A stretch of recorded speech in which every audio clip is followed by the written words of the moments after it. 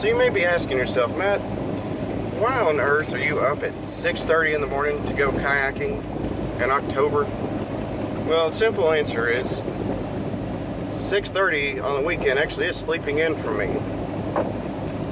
When I work during the week, I only work Monday through Thursdays, I work 10-hour days. But I am up at about 4:30 to be getting ready and get to work at 6:30. Start work at 6:30, so sleeping in is 6:30 to me these days. Now, if you asked me about 10 years ago, there's no way I would be up this early. At that time, I worked a second shift job, so a lot of times I was just going to bed at 6:30. Now, lucky for me, I live very close to the Tennessee River, and there's this nice little cove area with a boat ramp. Just a little old country boat ramp, no concrete or anything, just a few miles from my house. And here we are now.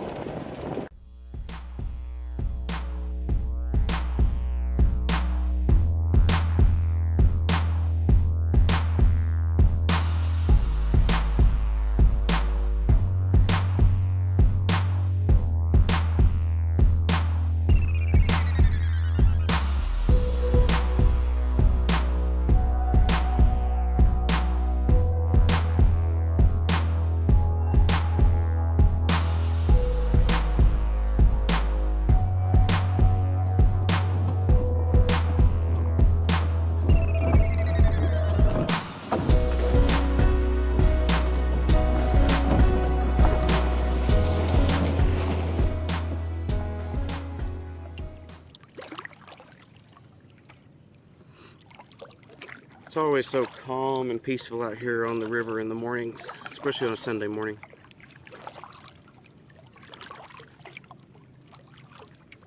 Looks like we're going to have a good sunrise back this way.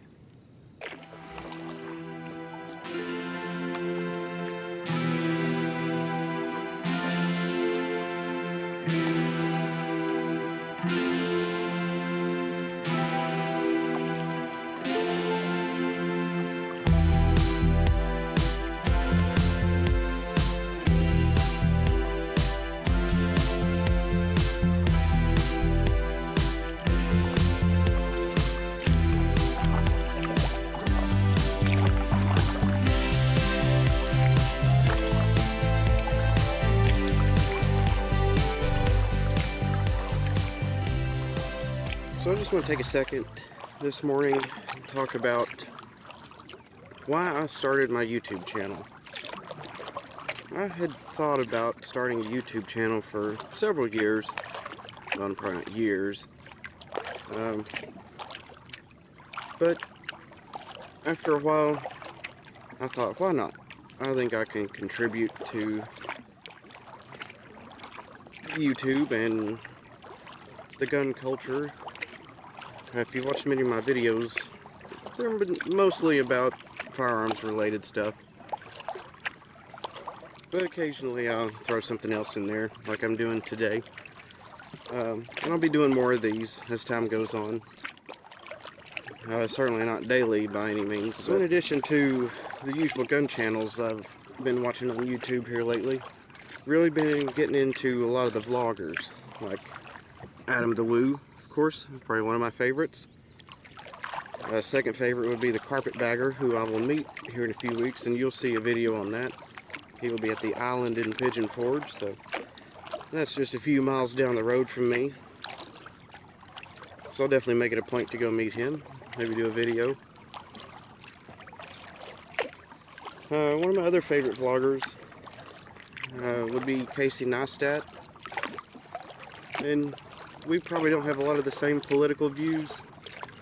He did just do the video where he's talking about voting for Hillary Clinton, which this election definitely proves that politics is just theater. There's not really much real to it, not much real substance.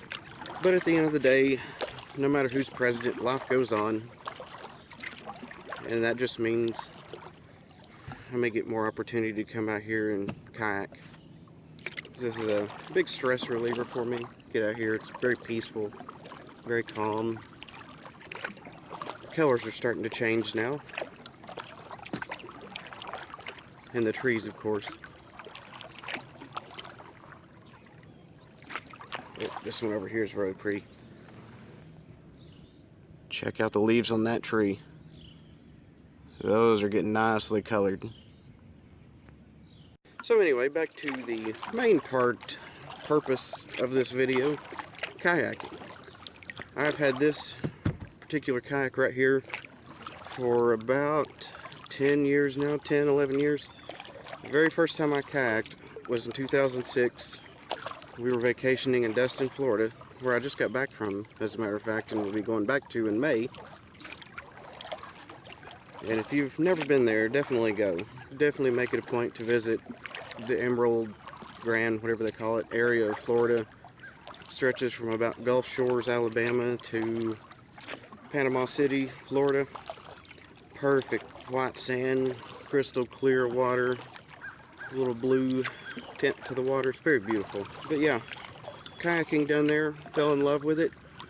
As soon as I got back home, went over to Dick's Sporting Goods and bought this kayak right here. It's an Old Town Otter Sport. The name of it's right here. I always forget the name. You know, not a grand kayak by any means. I think I paid $300-400 for it. But it gets me where I need to go. And once my son gets old enough to kayak, he will get this one and I will get a little bigger one with some more storage. Because if you watched many of my videos, you could probably guess I do tend to take a lot of stuff with me anywhere I go. So in addition to just the peacefulness of it, it's also good exercise. A lot of people wouldn't think, oh, you're just paddling around the river. You know, you go 4 or 5 miles on this thing and your arms will be like jello when you get back. Also, it works, if you're paddling hard, it works these side muscles here. Not that it looks like I work those a whole lot, but I'm working on that. But one downside to kayaking, especially in more populated areas like this, not that this is hugely populated, but there's a few houses back here in this cove. You see all these nice boats, and you get boat fever. So, I'll have to get a boat one of these days. That'll be another thing for when my son gets a little bigger. I'll have to get either a pontoon boat or some kind of bow rider. Nothing fancy, just get out on the water and cruise around. And another thing, I will probably be doing one of these kayak weekend vlogs, whatever I'm going to call them, with Junk Food Zombie sometime soon. He and his wife have kayaks now, and we'll be going out on them together fairly soon, I imagine.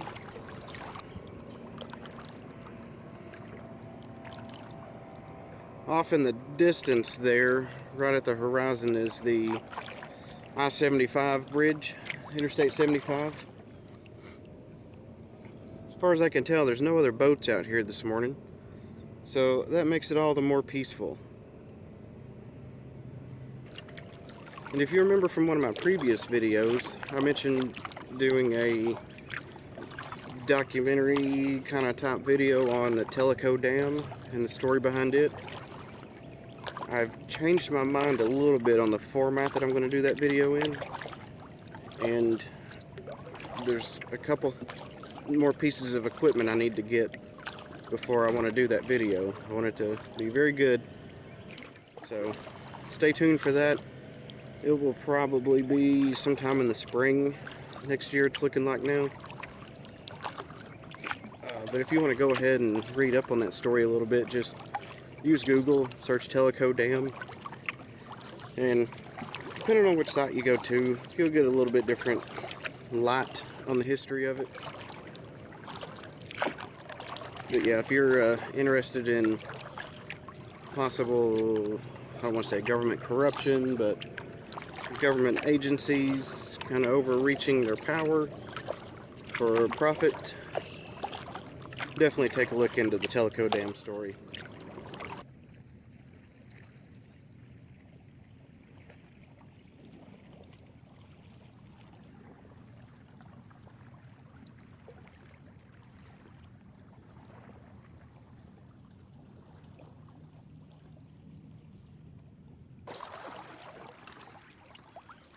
Alright, we're back at the dock. I don't know if you can really call it a dock. We're back at the dirt road that goes into the water, boat ramp kind of sort of thing.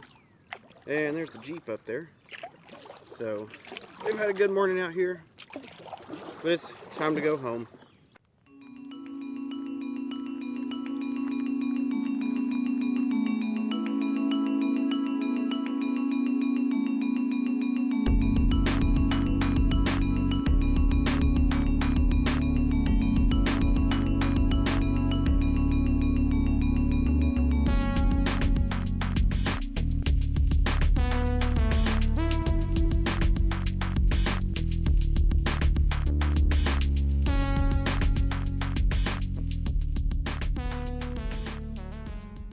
When you're kayaking, you're inevitably going to get some water into the boat, and I used to use a sponge to soak it up and then squeeze it out, but last year Walmart had these on clearance.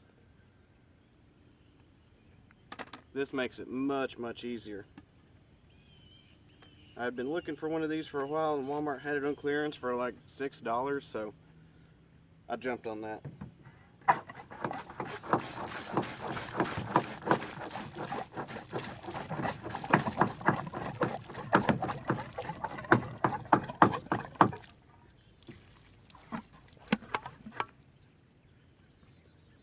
So there you go. I've got most of the water out.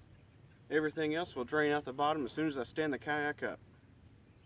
And when it comes time to put the kayak back up on the Jeep, I don't have a rack system yet, but I use these foam things. I've thought about getting a rack for my car, the Kia Forte, but I looked into those, either Yakima or Thule, I think that's the way you pronounce those. To put one of those on my car to haul this thing would be like $600-700 or more. So that's kind of out of the question. I can get a complete rack system for the Jeep that will go outside of the top for about $350. So I think that's the route I'm going to go. Normally this isn't a big deal, but when it's cold in the morning or if there's a slight chance of rain that day, I don't want to have this out with the top down because I can't carry it with the top up. So you got to do what you got to do.